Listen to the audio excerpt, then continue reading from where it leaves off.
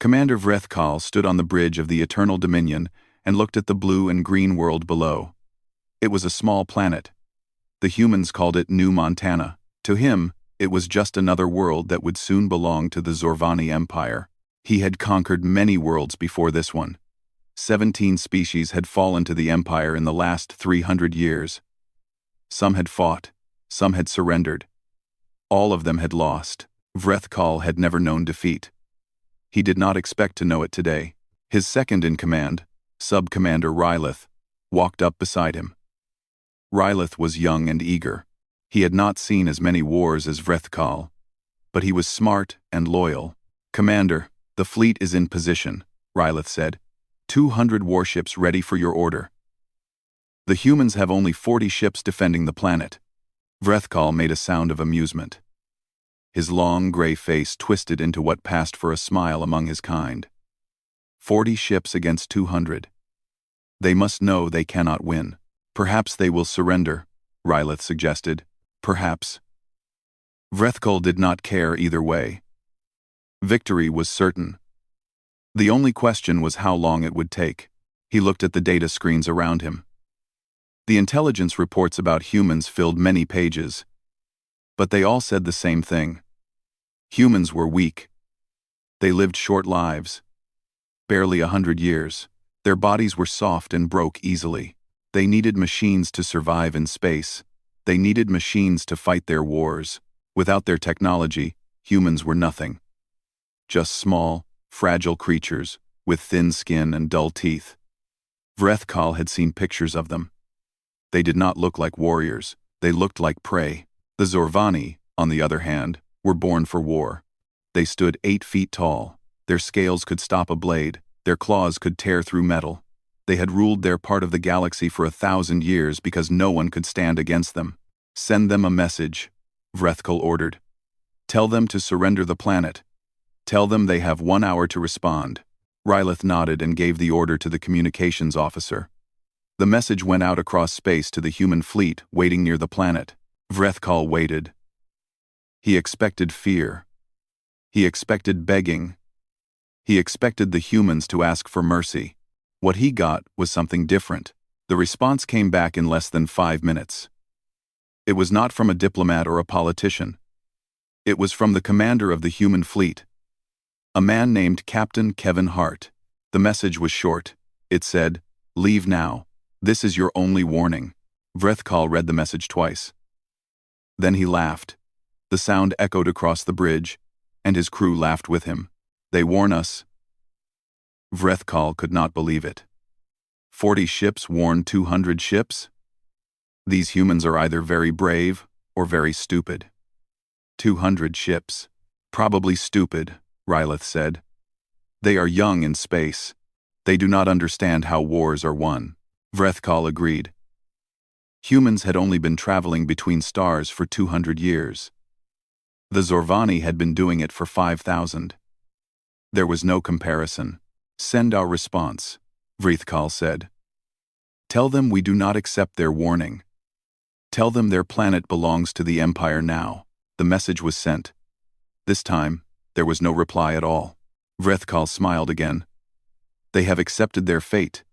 Begin the attack." The Zorvani fleet moved forward. 200 warships spread out in perfect formation. They had done this many times before. The attack pattern was practiced and perfect. Within an hour, the human fleet would be destroyed. Within a day, the planet would be theirs. The first shots were fired. Bright beams of energy crossed the darkness of space. Human ships tried to move, tried to dodge, but there were too many shots coming too fast. Vrethkal watched from his command chair as 3 human ships exploded in the first minute. Then 5 more. The humans fired back. And their weapons were not weak. 2 Zorvani ships took damage, but the numbers were clear. This battle had only one ending. "They are fighting hard," Rylith observed. "Harder than I expected." Vrethkal shrugged. "All prey fights when cornered. It means nothing." He watched the battle continue. The human fleet was being pushed back toward the planet. Their ships were damaged and burning. But they did not run. They did not scatter. They held their formation and kept fighting. That was a little strange, Vrethkal thought. Most species broke and ran when the battle turned against them. The humans seemed to be moving closer together instead, protecting their damaged ships with their healthy ones. On the bridge of the USS Defiance, Captain Kevin Hart gave orders to his crew. His ship had taken 3 direct hits. Fires burned in the lower decks. A quarter of his crew was dead or wounded, but his voice was calm and steady. "Hold the line," he told his fleet. "Make them pay for every inch." His tactical officer, Lieutenant Laura Simmons, looked up from her console. There was blood on her face from a cut above her eye, but she did not seem to notice it. "Captain, we cannot win this fight," she said. "I know," Hart replied. "We are not trying to win. We are trying to buy time." "Time for what?" Hart smiled. It was a strange smile. Not happy. Not sad. Something else. Time for our people on the ground to get ready. Time for the colony to prepare. The Zorvani think this battle is almost over. He looked out at the enemy fleet, through the viewport. They have no idea that it is just beginning. On the Eternal Dominion, Vrethkal gave the order for the ground invasion to begin. Thousands of Zorvani soldiers loaded into dropships. They were eager for battle. They had heard that humans were easy to kill. Vrethkal watched the dropships leave his fleet and head toward the planet below. In a few hours, New Montana would fall. The humans would be defeated. Another world would join the Empire. He felt no doubt. He felt no worry. He had done this many times before. He did not know that everything he believed about humans was wrong. He did not know that the creatures waiting for him on the surface were nothing like the weak, fragile beings described in his intelligence reports. He did not know that humans had a secret. Not a weapon. Not a technology. Something older. Something built into their blood and bones over millions of years of evolution. He would learn soon enough. And when he did, Commander Vrethkal would feel something he had never felt before in all his years of war. He would feel fear. The dropships fell through the sky like metal rain. Vrethkal watched from orbit as his soldiers landed on New Montana. The reports came back quickly, and at first, they were exactly what he expected. "Landing zone secure," the ground commander reported. "Minimal resistance. Moving toward the first settlement." "Os." Vrethkal nodded with satisfaction. The space battle was nearly over. Only 12 human ships remained, and they were falling back to the far side of the planet. Soon, they would be destroyed too. "This is going well," Rylith said.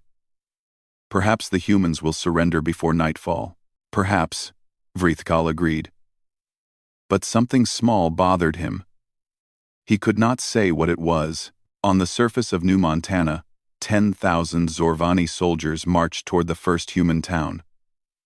They moved in perfect lines, their weapons ready, their armor shining in the sunlight. They expected to find scared civilians hiding in their homes. What they found was different. The town was empty. Not abandoned in panic.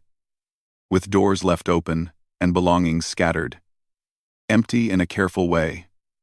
Everything valuable had been removed. Everything useful had been taken. The humans had known the invasion was coming, and they had prepared. The Zorvani commander on the ground was named Kethvor. He was experienced and careful. He did not like empty towns.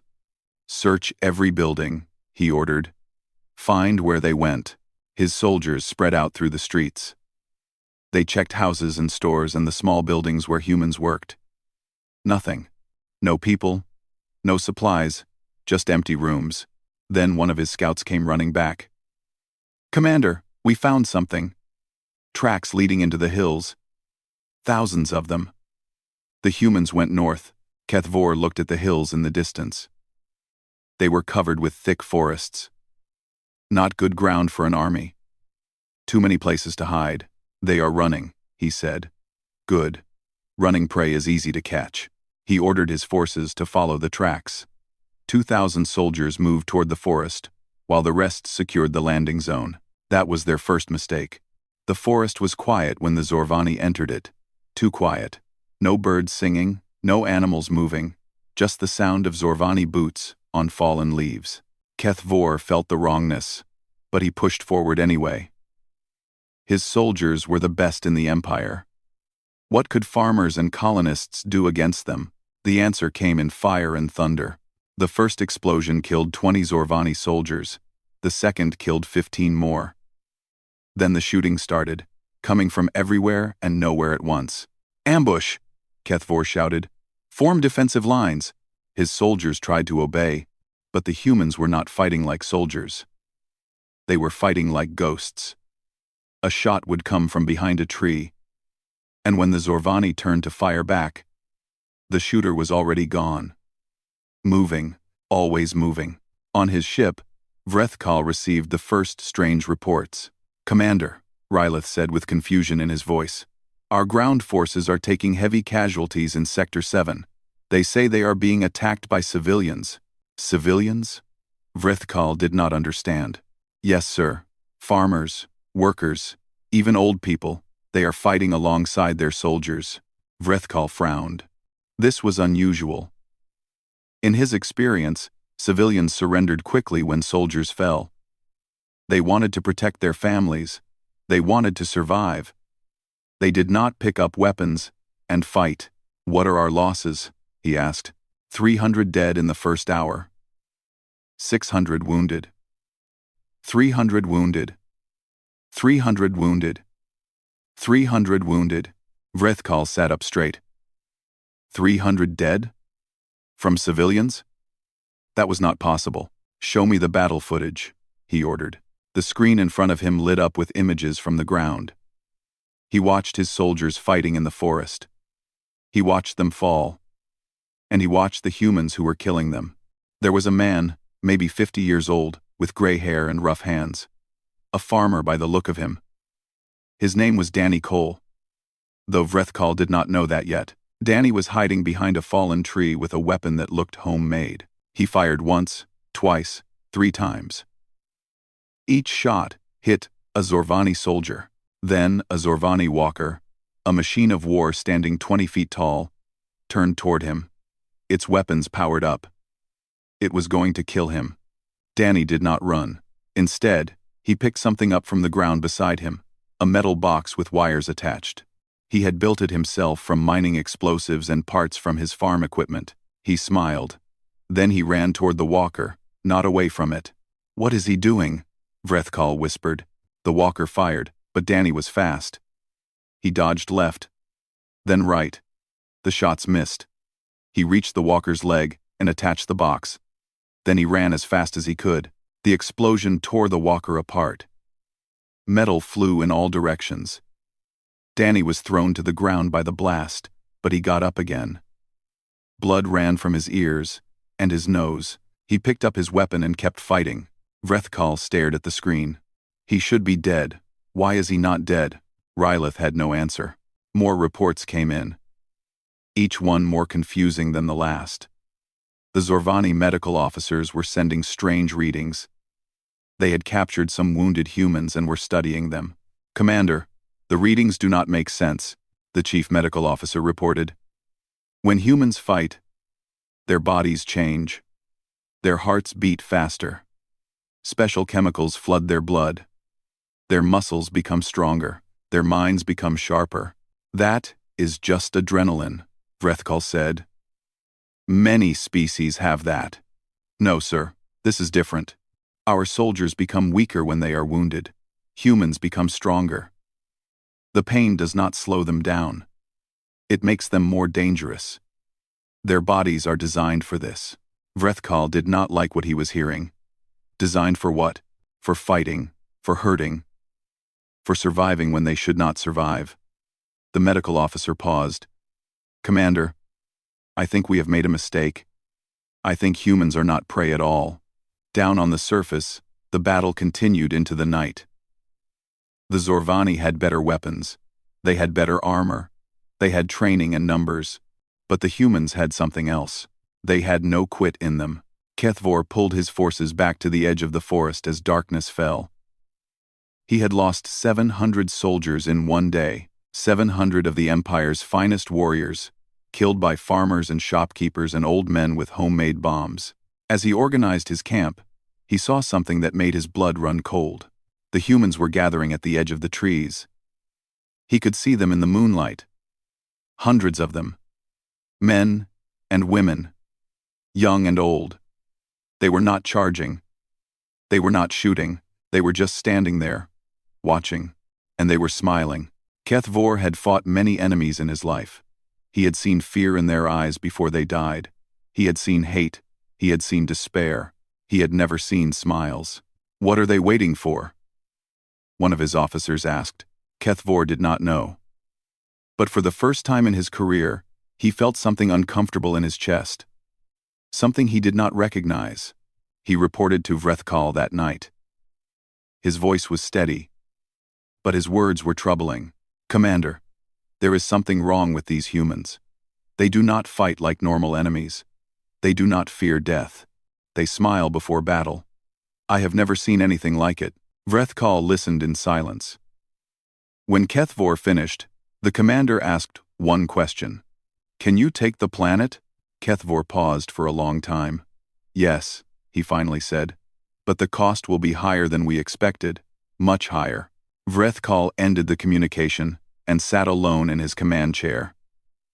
Around him, his crew worked quietly. Outside, the stars burned cold and distant. He thought about the farmer who had destroyed a war machine with homemade explosives. He thought about the strange readings from human bodies. He thought about the smiles. For the first time since the invasion began, Commander Vrethkal felt a small doubt in his heart, but he pushed it away. They were the Zorvani. They did not lose wars. Whatever secrets the humans were hiding, it would not be enough. He would learn how wrong he was very soon. 3 days into the invasion, Commander Vrethkal made a decision that would change everything. He would go to the surface himself. He wanted to see these humans with his own eyes. He wanted to understand what was happening. The battle had moved to New Montana's capital city. It was called Haven, and 30,000 humans lived there.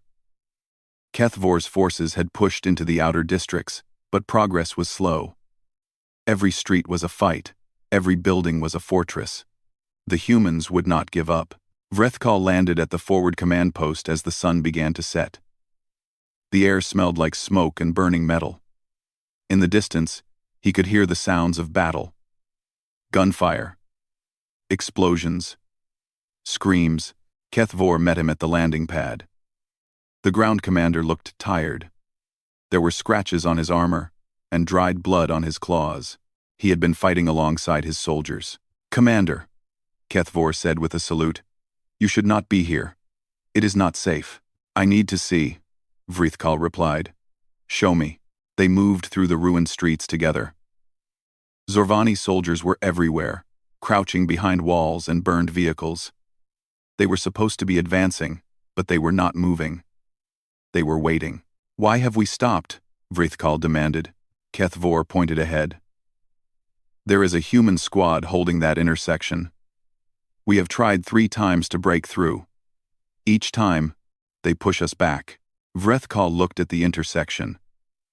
It was just a crossing of 2 streets, surrounded by broken buildings.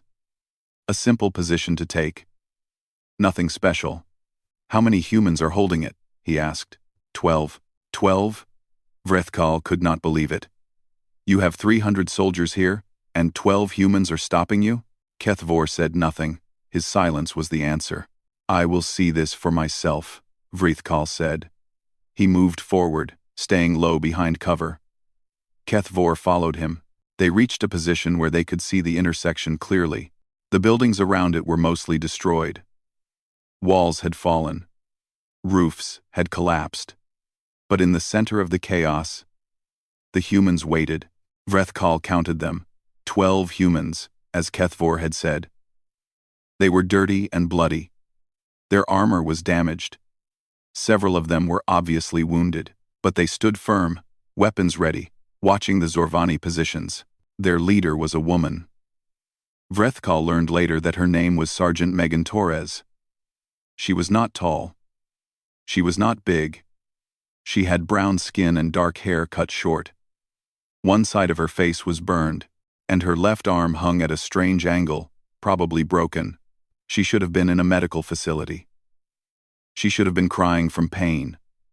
Instead, she was giving orders to her squad, pointing at positions, organizing her defense. "She is badly wounded," Vrethkal observed. "She has been wounded since yesterday," Kethvor replied. "She will not leave. We shot her 3 more times today. She is still fighting." Vrethkal watched the woman through his viewing device. He magnified the image to see her face clearly. What he saw made him stop breathing. Her eyes. There was something in her eyes that he had never seen before. Not fear, not pain, not even anger. Something older, something deeper.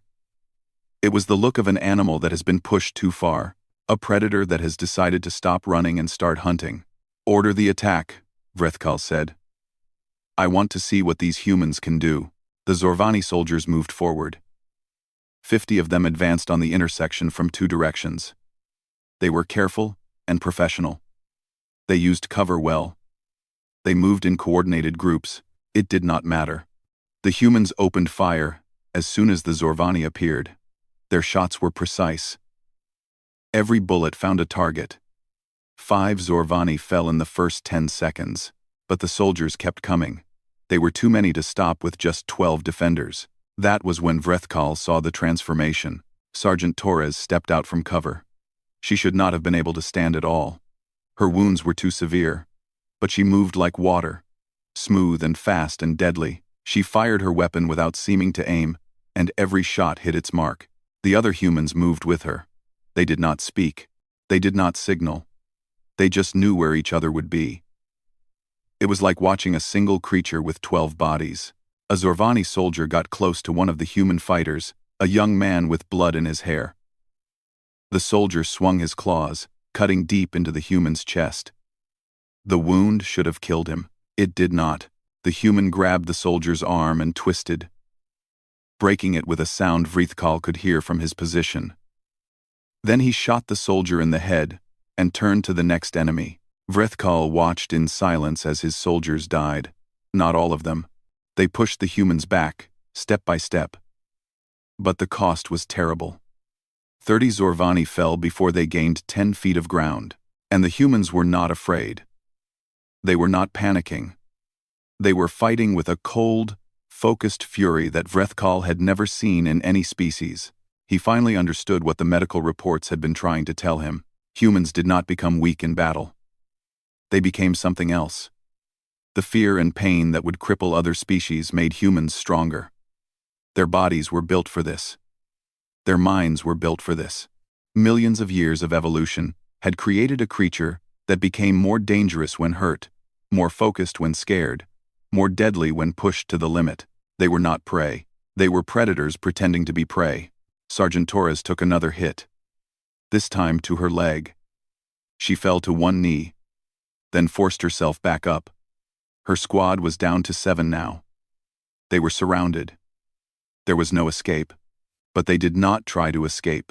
Torres smiled. It was the same smile Vrethkal had seen in the reports from the forest. Not happy. Not crazy. Something else. It was the smile of someone who had accepted death and decided to take as many enemies with them as possible. She let out a sound. A battle cry. It was raw and loud and terrible. Her squad joined her, their voices rising together. It was not words.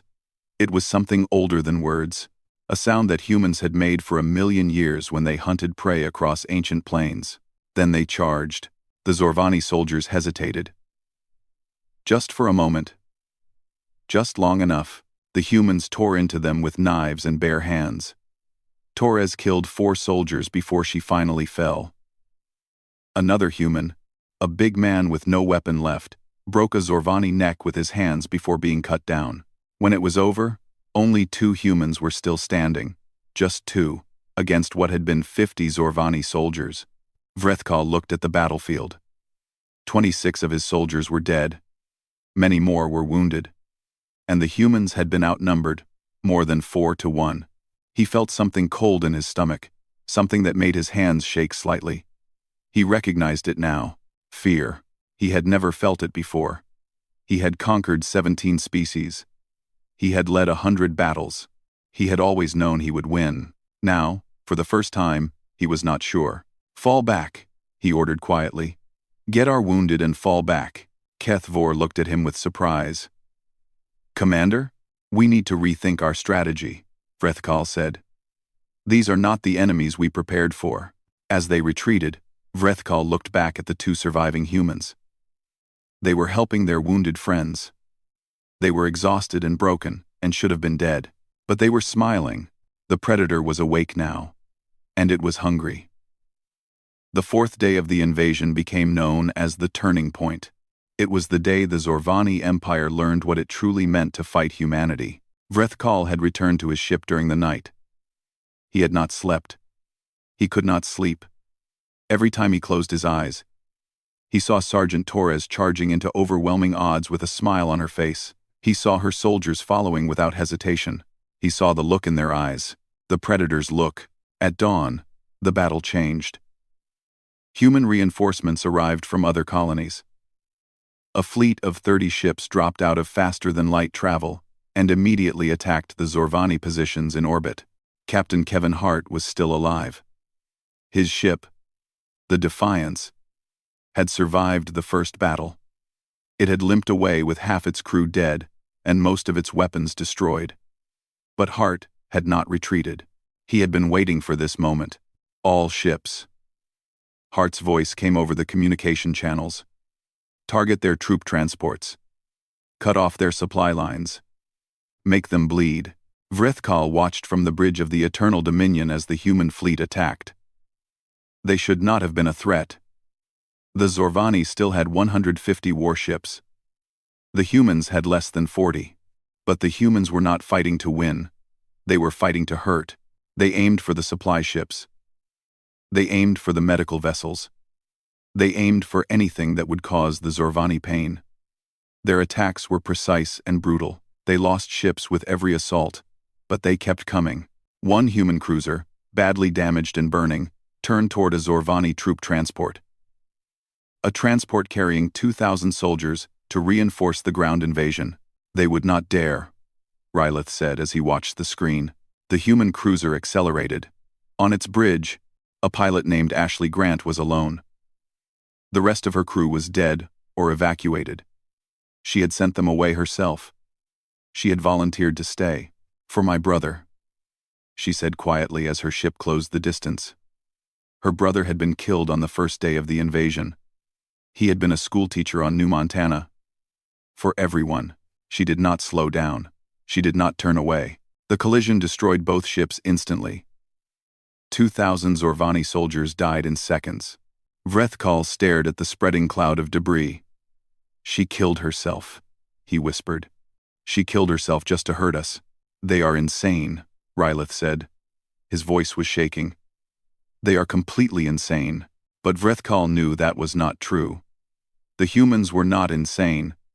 They were doing exactly what their nature demanded. They were predators, and predators did not care about their own survival when the hunt was on. They only cared about the kill. On the ground, the situation was even worse. The Zorvani forces in Haven were surrounded now. Human reinforcements had circled behind them during the night. The hunters had become the hunted.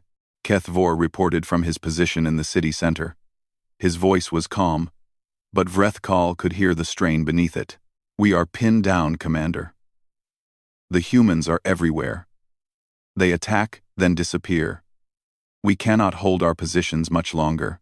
"Can you break through their lines?" Vrethkal asked. "I do not know. They seem to be everywhere at once." Vrethkal made a decision. "Pull back to the landing zone. We need to evacuate." It was the first retreat order given in Zorvani military history. The retreat was a nightmare.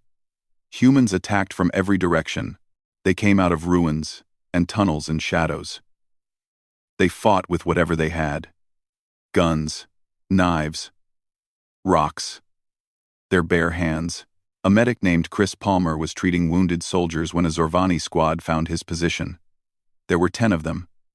He was alone with 5 wounded humans who could not move. Palmer did not run. He picked up a weapon from a fallen soldier and stood between the Zorvani and his patients. "You want them?" he said. Blood ran from wounds in his shoulder, his side, his leg. He had been shot 3 times already. "Come and get them." He killed 4 of them before they brought him down. The other 6 turned to the wounded humans behind him, but Palmer was not dead.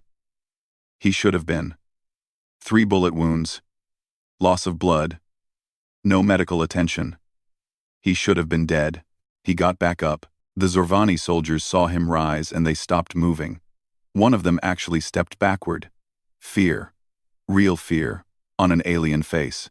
Palmer shot 2 more before his weapon ran out of ammunition. He killed the last with his hands, breaking its neck even as his own body was failing. When human soldiers found the position an hour later, Chris Palmer was still alive. Barely. He had crawled back to his patients and was trying to bandage their wounds with strips torn from his own clothing. "You should be dead," the rescue team told him. Palmer just smiled. That smile. The Predator's smile. "I will be dead when my job is done."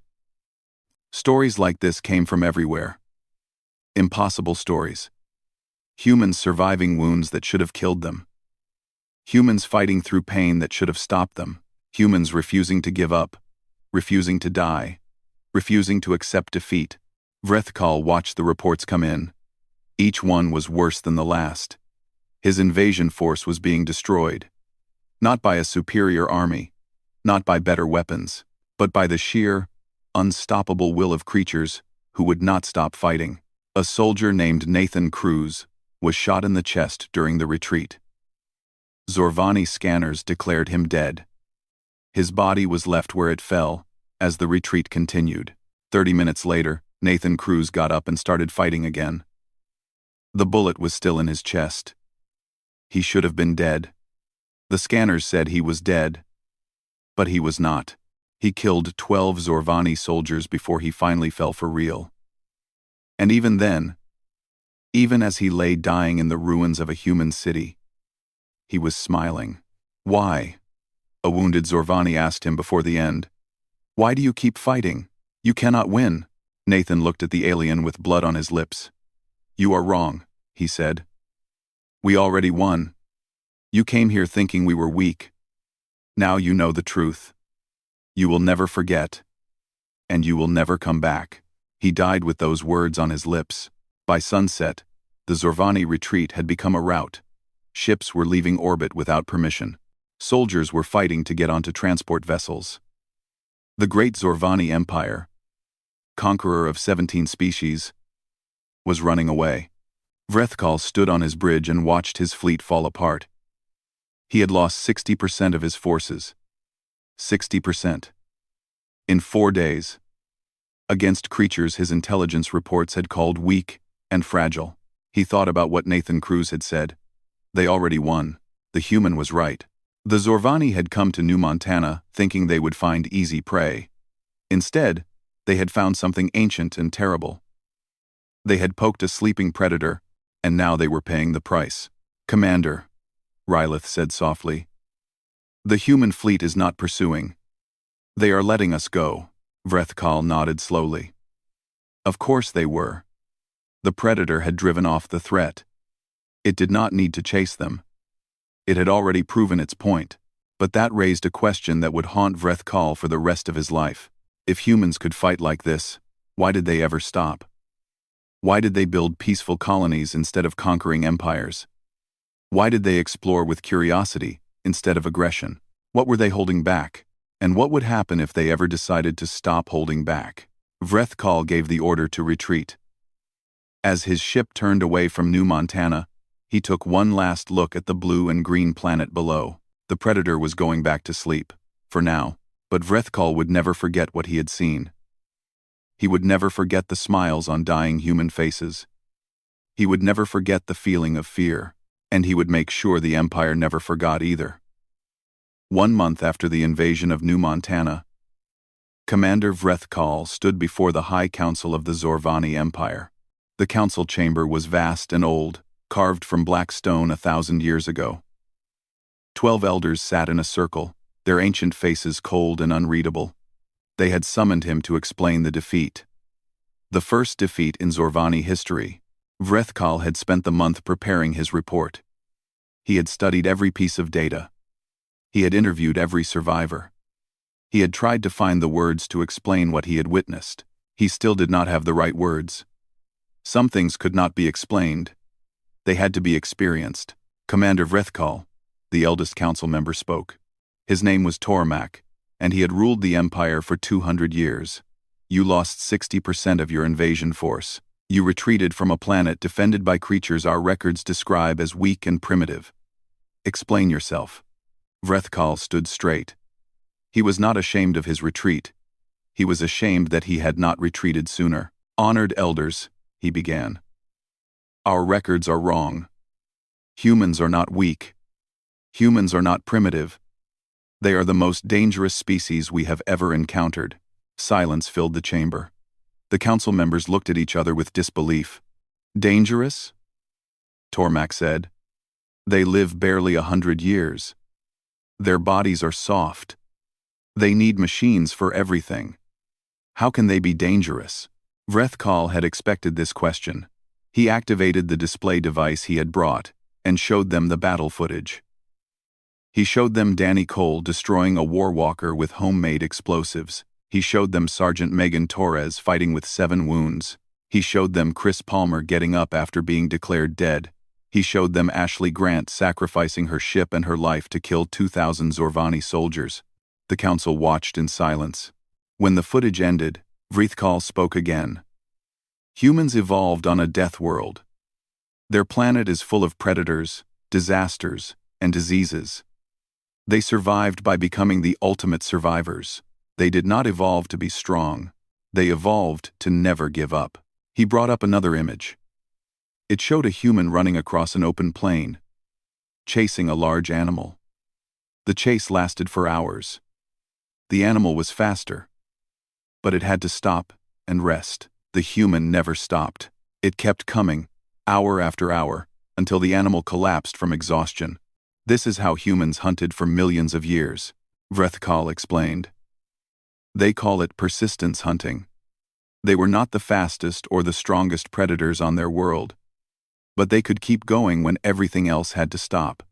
They could endure pain and exhaustion that would kill other creatures.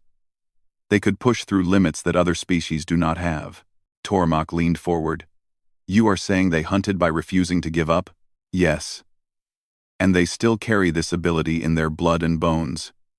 In peace, it makes them curious explorers.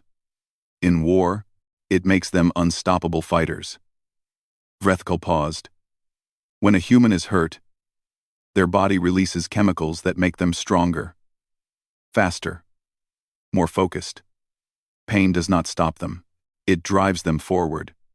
Fear does not freeze them. It sharpens them. They become something else in battle, something ancient and terrible. He showed them one final image.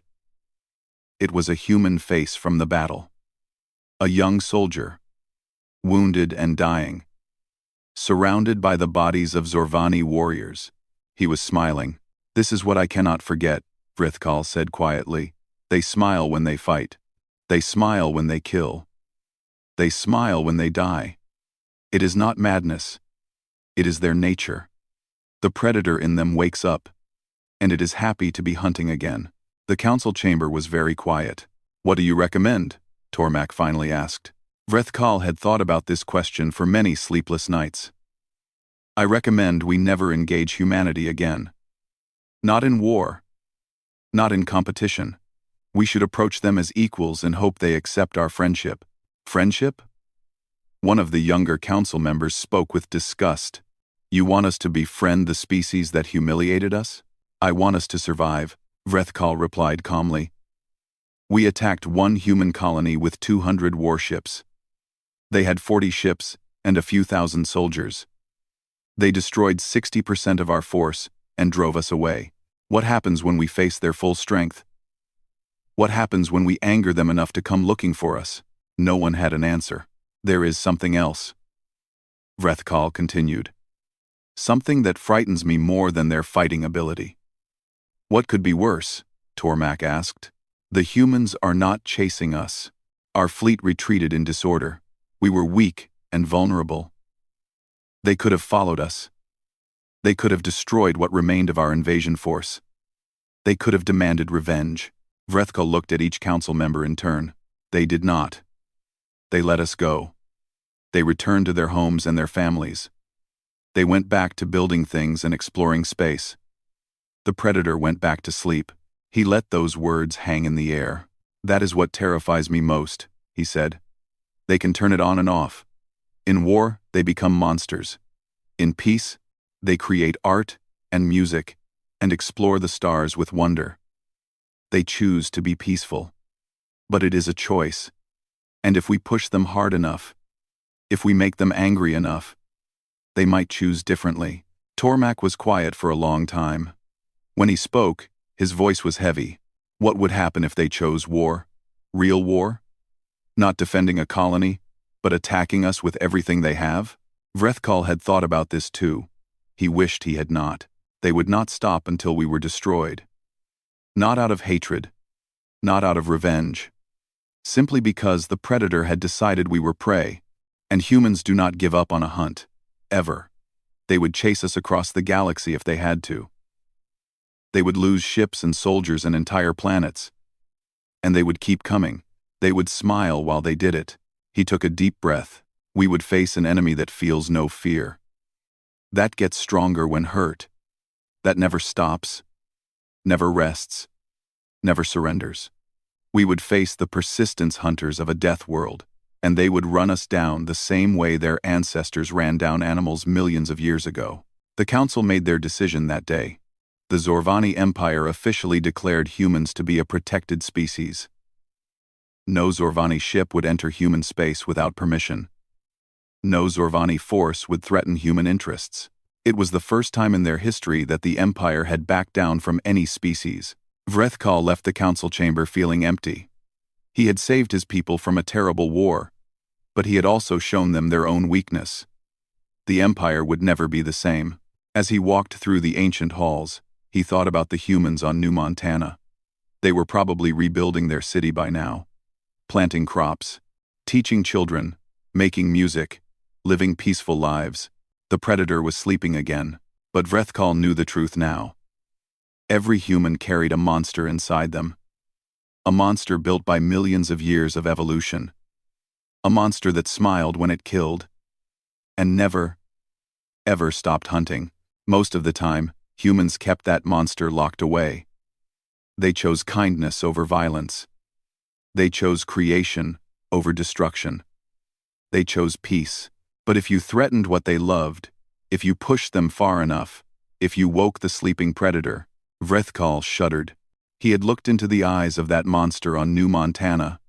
He had seen what humans became when the Predator woke up. He had felt true fear for the first time in his long life. He would carry that fear forever. And he would make sure the Zorvani Empire never gave humanity a reason to wake the Predator again. Some prey, he had learned, was too dangerous to hunt.